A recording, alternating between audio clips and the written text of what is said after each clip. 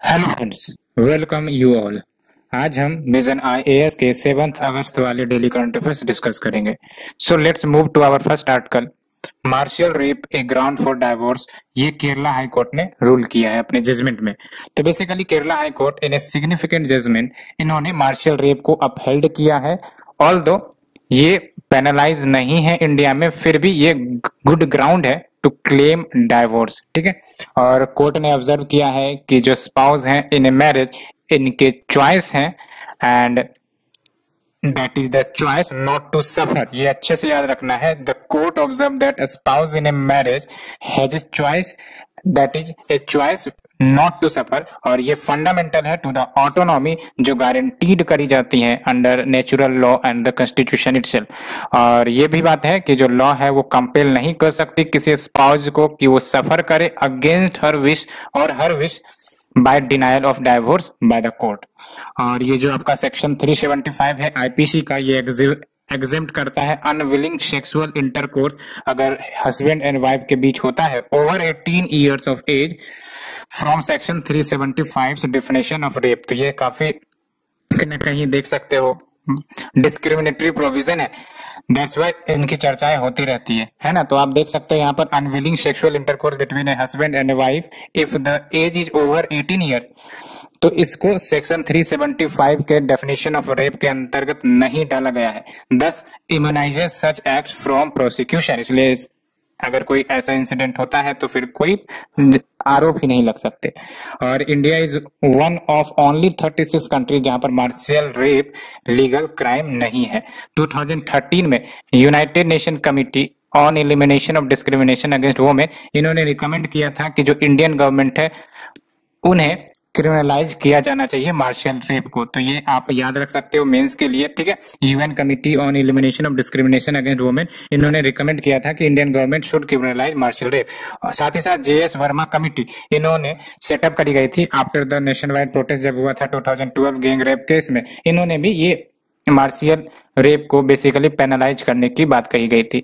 अब बात करते हैं क्या लीगल प्रोविजन अवेलेबल है टू ए वुमेन। तो सबसे पहली बात तो ये कि सेक्शन 498A ये डील करती है with women being subjected to cruelty by her husband, या फिर कोई भी उनके रिलेटिव हो, रिलेटिव के हस्बैंड हो।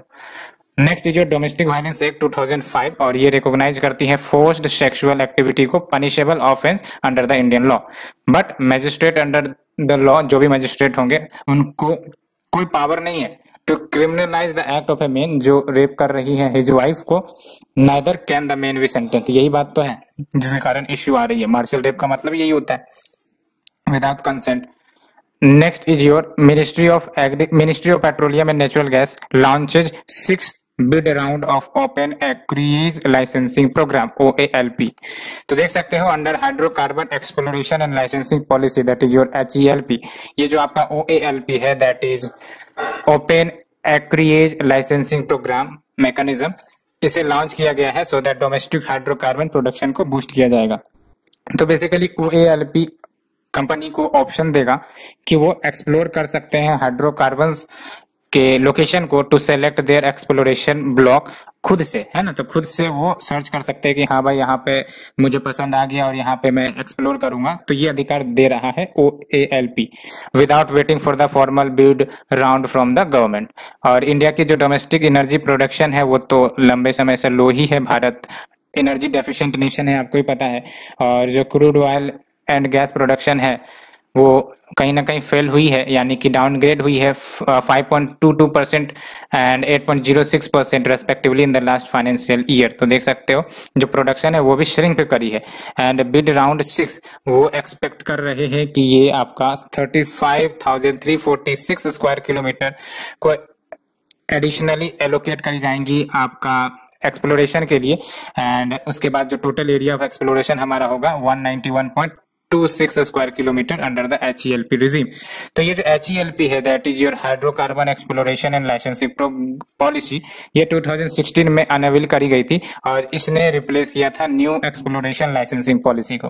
अब ये कैसे HELP बेटर है NELP से, तो आप देख सकते हो single licence under HELP allocate किया जाएगा और सारे हाइड्रोकार्बन्स का एक्सप्लोरेशन कर सकेगी वो पार्टिकुलर कंपनी, इंस्टेड की वो सेपरेट लाइसेंस एनईएलपी में लेते थे कि अगर आपको नेचुरल गैस एक्सप्लोर करना है तो सेपरेट लाइसेंस, क्रूड ऑयल करना है तो सेपरेट लाइसेंस, तो एचईएलपी में ऐसा नहीं देखने को मिलेगा।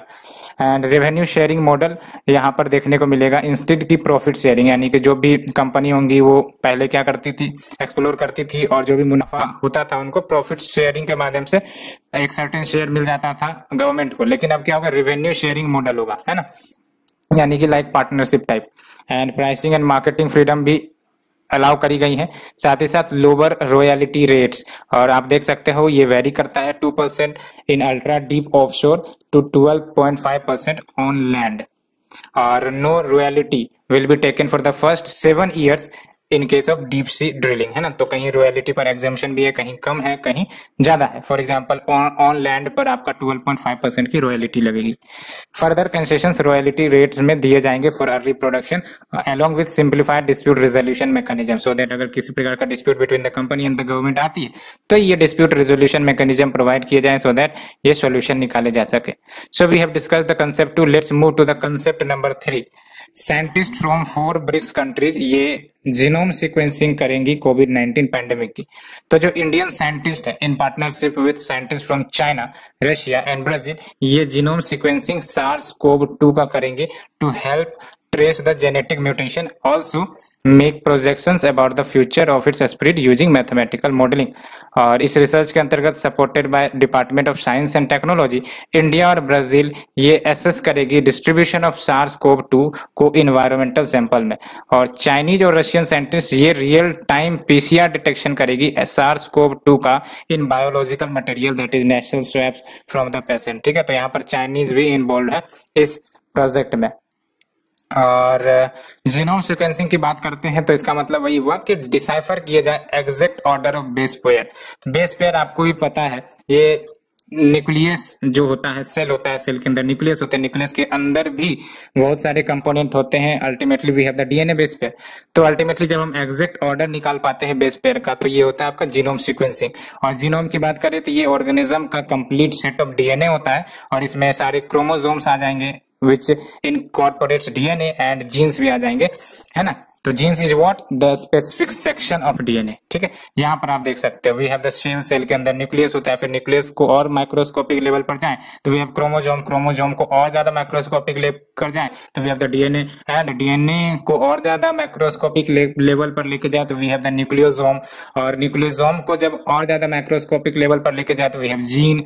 ठीक है, एंड फिर जब इस जीन को और ज्यादा इलोंगेट करेंगे तो आपको ये फाइनल स्ट्रक्चर देखने को मिलती है, और यही आपका बेस पेयर। ठीक है, और ये बेस पेयर देख सकते हो कैसे अरेंज्ड है, थाइमाइन, एडिनाइन, साइटोसिन, ग्वानिन। तो याद रखना है, अगर क्वेश्चन यूपीएससी में पूछेगा ग्वानिन, साइटोसिन, एडिनाइन, थाइमाइन, ये सब न्यूज में है, क्या है ये, it is nothing but base pair of DNA. ठीक है, और अगर हम बात करें ब्रिक्स की तो BRICS stands for 5 emerging economies in the world, that is Brazil, Russia, India, China, South Africa.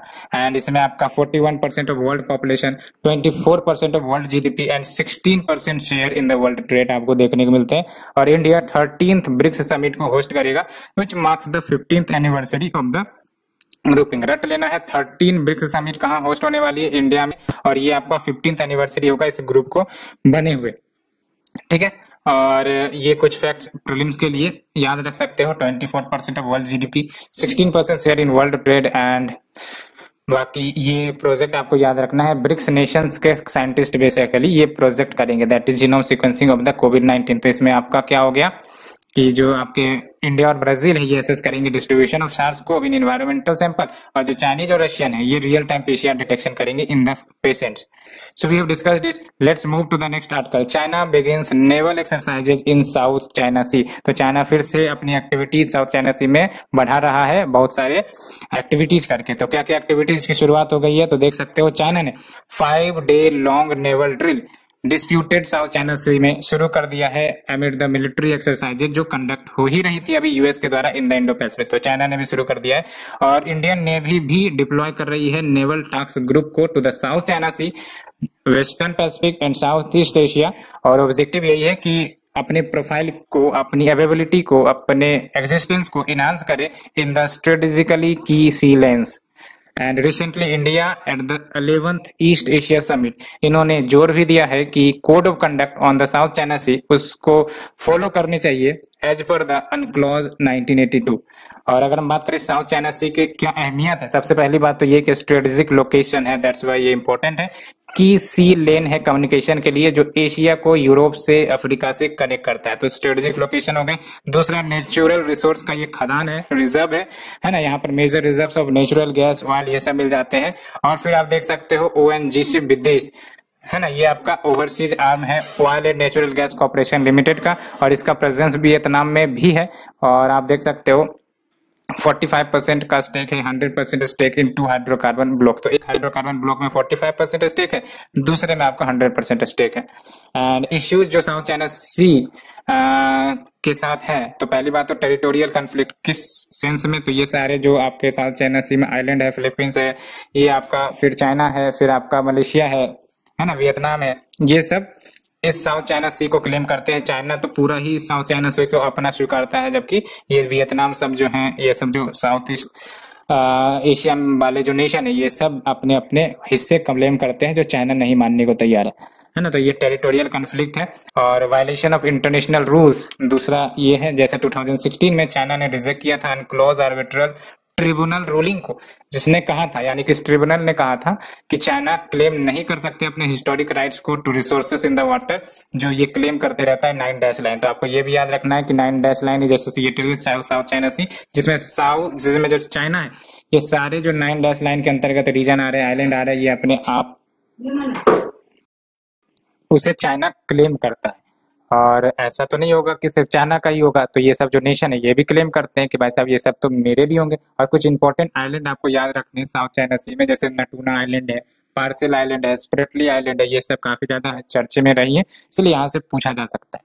So we have discussed it, let's move to the next one, UNCLOS. UNCLOS आपको भी पता है, ये इंटरनेशनल एग्रीमेंट है जो 3rd United Nation conference on laws of sea हुआ था, that is UN clause 3rd session, वहां से ये आपका अनक्लोज निकल के आया था। और ये बेसिकली राइट्स रेस्पॉन्सिबिलिटी जो नेशंस की हैं उससे डिफाइन करता है with respect to their use of the world's ocean, की कितना हिस्सा आपको टेरिटोरियल वाटर के रूप में मिलेगा, ओपन ओशियन का हिस्सा कितना होगा।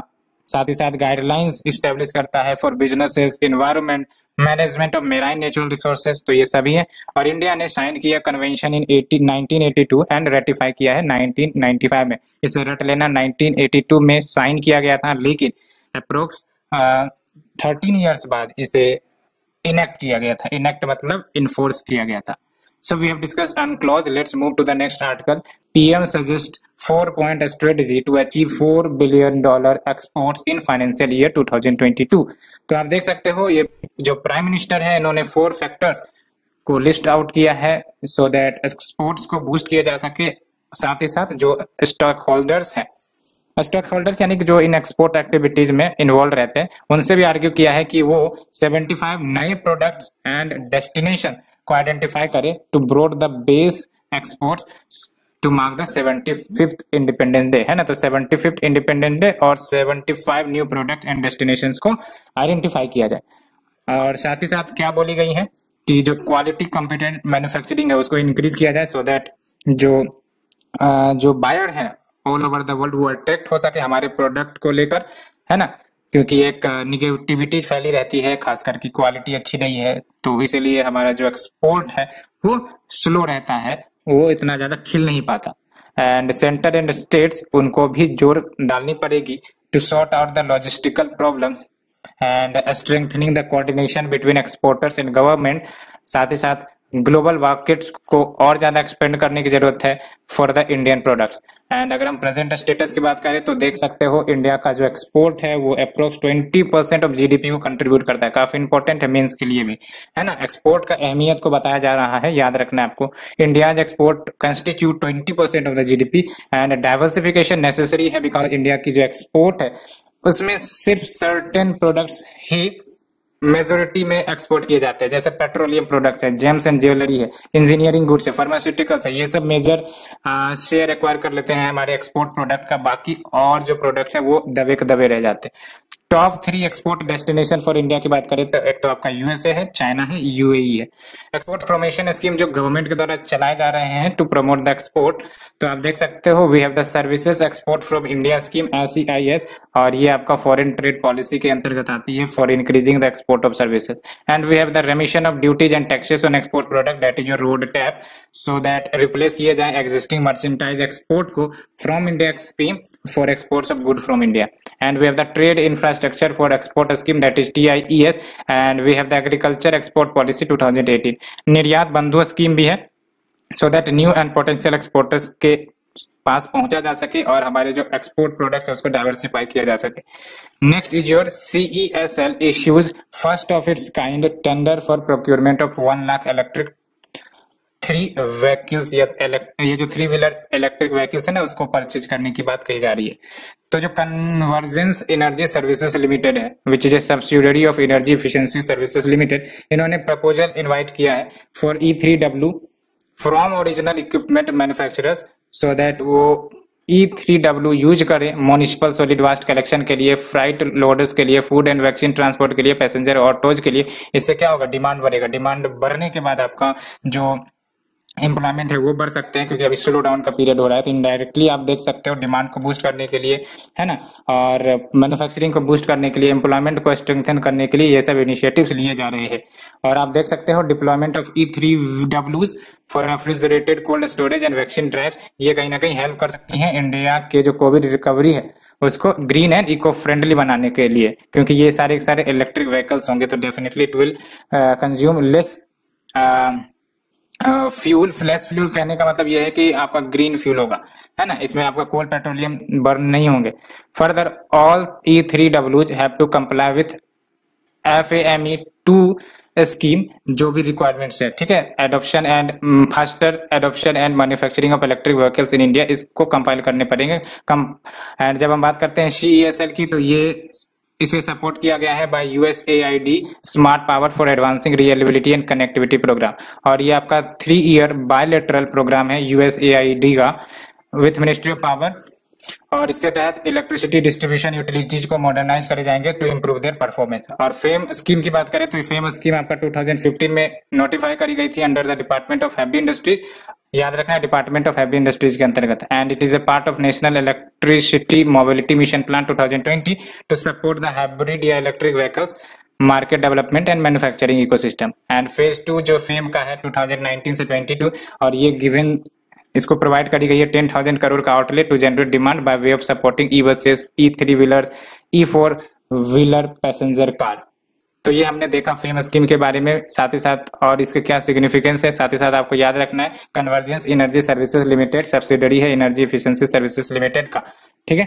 और बेनिफिट्स क्या होंगे इसके, या गवर्नमेंट जो है क्या क्या स्टेप्स ले रही है ना, for reviving the economy. It can be one of the factor कि गवर्नमेंट प्रोक्यूरमेंट ज्यादा कर रही है इन प्रोडक्ट्स का, तो इससे क्या संकेत निकलता है, एक तो ये कि जो ग्रीन हाउस गैसेस इमिशन है वो रिड्यूस हो सकेंगे, क्योंकि ये सब जो ट्रांसपोर्ट सेक्टर होते हैं काफी ज्यादा ये प्रोड्यूस करते हैं GHG इमिशंस को, तो इनडायरेक्टली वो भी रिड्यूस होगा, जॉब क्रिएशन भी होगी, ठीक है, और एसेसिबिलिटी, ट्रांसपोर्टेशन, ये सब भी फैसिलिटेट होगा।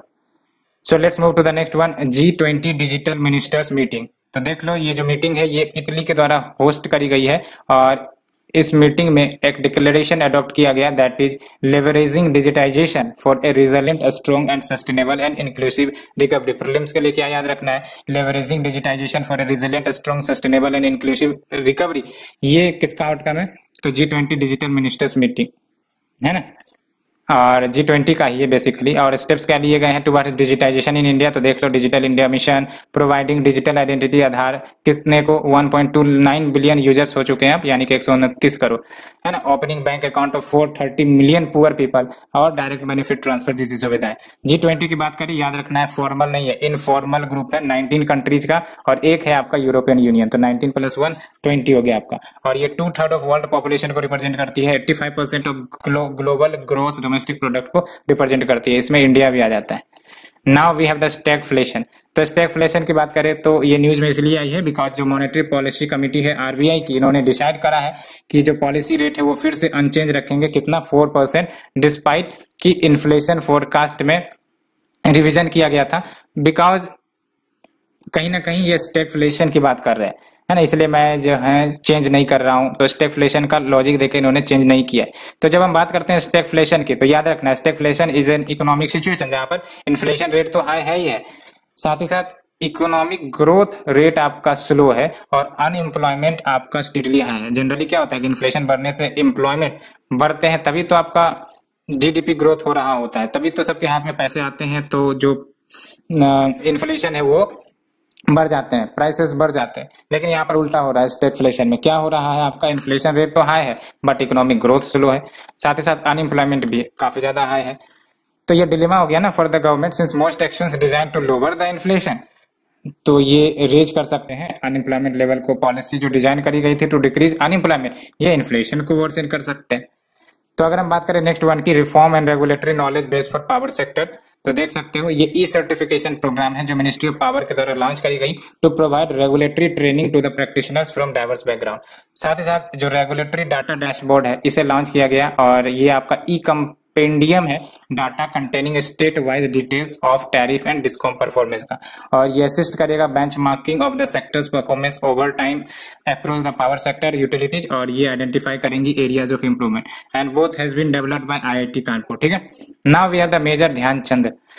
तो इंडिया के हाईएस्ट स्पोर्टिंग ऑनर खेल रत्न अवार्ड ये रिनेम कर दिया गया है मेजर ध्यानचंद खेल रत्न अवार्ड से। ठीक है, याद रखना है। तो और इसका पहले नाम क्या था, तो आपका राजीव गांधी जो पहले प्राइम मिनिस्टर थे, फॉर्मर प्राइम मिनिस्टर, उन्हीं के नाम पर था। तो इसी को अब नाम चेंज करके आपका मेजर ध्यानचंद खेल रत्न अवार्ड नाम कर दिया गया है to honour the Khel Ratna award that is major Dhyan Chand. और इन्होंने एक इंपॉर्टेंट रोल प्ले किया था in helping India complete their first hat trick of Olympic gold medal, है ना, हैट्रिक ओलंपिक गोल्ड मेडल्स जीत के आए थे 1928 में, 1932 में, 1936 के समर ओलंपिक सब में, और इनको पद्म भूषण अवार्ड मिला 1956 में। और नेशनल स्पोर्ट्स डे ये सेलिब्रेट की जाती है ध्यानचंद बर्थडे के दिन जो 29 अगस्त को हुई थी to honour the hockey legend. ठीक है, next one Abanindranath Tagore, और सेलिब्रेशन शुरू हो चुकी है to mark the 150 years of the iconic artist Abanindranath Tagore ji के। और अगर कंट्रीब्यूशन की बात करें तो सबसे पहली बात तो यही कि ये रविन्द्रनाथ टैगोर के नेफ्यू थे और first major supporter of swadeshi values in the Indian art. और इन्होंने Indian society of oriental art create किया, बाद में Bengal school of art with aim to counter English influence on the Indian artist, है ना, कि इंडियन आर्टिस्ट इन्फ्लुएंस ना हो जाए इंग्लिश के आर्ट से, दैट्स व्हाई उनको काउंटर करने के लिए Bengal school of art create किया गया था। And he is widely held as father of modern Indian art. तो याद रखना अवनींद्रनाथ टैगोर, है ना, देवेंद्रनाथ टैगोर ने Abanindranath Tagore, father of modern Indian art. Next one is the location, Hiroshima Japan में है, आपको ही पता है, और अगस्त 6 को ऑब्जर्व किया जाता है सोलेमनी एज हिरोशिमा डे। और जो मनहट्टन प्रोजेक्ट है ये यूएस की प्रोजेक्ट थी, इसके तहत 2 एटॉमिक बम गिराए गए थे। फर्स्ट वन को नाम दिया गया था लिटिल बॉय और ये ड्रॉप करी गई थी in the city of Hiroshima, जबकि सेकंड वन था वो आपका फैट मैन जो ड्रॉप करी गई थी नागासाकी में ऑन अगस्त 6 तो लिटिल बॉय को ड्रॉप किया गया था हिरोशिमा में, और उसके 3 दिन बाद दैट इज अगस्त 9 वो ड्रॉप करा गया था आपका नागासाकी में और नाम दिया गया था उस बॉम्ब का द फैट मैन। और आप देख सकते हो ये जापान का आइलैंड है नागासाकी, ये है आपका हिरोशिमा, ये है ना। तो Nagasaki is north of Hiroshima. And next is your Pensilungpa glacier जो कि जस्कर रेंज लद्दाख में। ठीक है, यहाँ आप देख सकते हो ये जस्कर रेंज है जम्मू कश्मीर लद्दाख में, और यहीं पे आपका ये ग्लेशियर है पेंसिलुगपा ग्लेशियर। तो रिसेंट स्टडी है एट्रीब्यूटेड कि ये जो ग्लेशियर है वो रिट्रीट जो हो रहे हैं, it is all because increasing temperature, decrease in precipitation during winter. तो इसके कारण क्या होता है, आपको वाटर नहीं मिल पाते, वाटर नहीं मिल पाएंगे तो ये जो आपका फ्रीजिंग है वो तो होगा नहीं, तो ग्लेशियर बनेंगे नहीं। तो जो स्टडी है ये कंडक्ट करी गई Wadia institute of Himalayan geology जो देहरादून में है उत्तराखंड में, और ये ऑटोनोमस इंस्टीट्यूट है under the department of science and technology. Now we are the Zaranj Nimroz province that is Afghanistan. ठीक है, और ये जो जरंज है ये जरंज दिलाराम हाईवे भी आपने सुना होगा। ठीक है, तो इसलिए आप वैसे भी याद रख सकते हो जरंज लोकेशन, ये निमरोज प्रोविंस में आती है। Zaranj become the first provincial capital जो आपका तालिबान के कंट्रोल में आ गया है since the US has reached a deal with the group for a US troop pull out in 2020। ये तो आपने सुना ही है। और as a symbol of India's commitment to Afghanistan reconstruction and rebuilding, Bharat तो काफी ज्यादा इन्वेस्टमेंट कर रहा है वहां पे, और इसके लिए एक एग्जाम्पल भी है, इंडिया ने जरंज दिलाराम हाईवे भी बिल्ड किया था। And through it India could extend supplies to Afghanistan via Chabahar port, लेकिन अब धीरे धीरे ये कंट्रोल में आ रहा है, तो ये दिक्कत की ही बात है। भारत और अफगानिस्तान कहीं ना कहीं जो फ्लरिश होने वाले थे ट्रेड के रूप में, है ना। लेकिन वो आप देख सकते हो तालिबान का कंट्रोल बढ़ता जा रहा है। So we have discussed all this and for now it is enough. Let's thank you friends, thank you very much.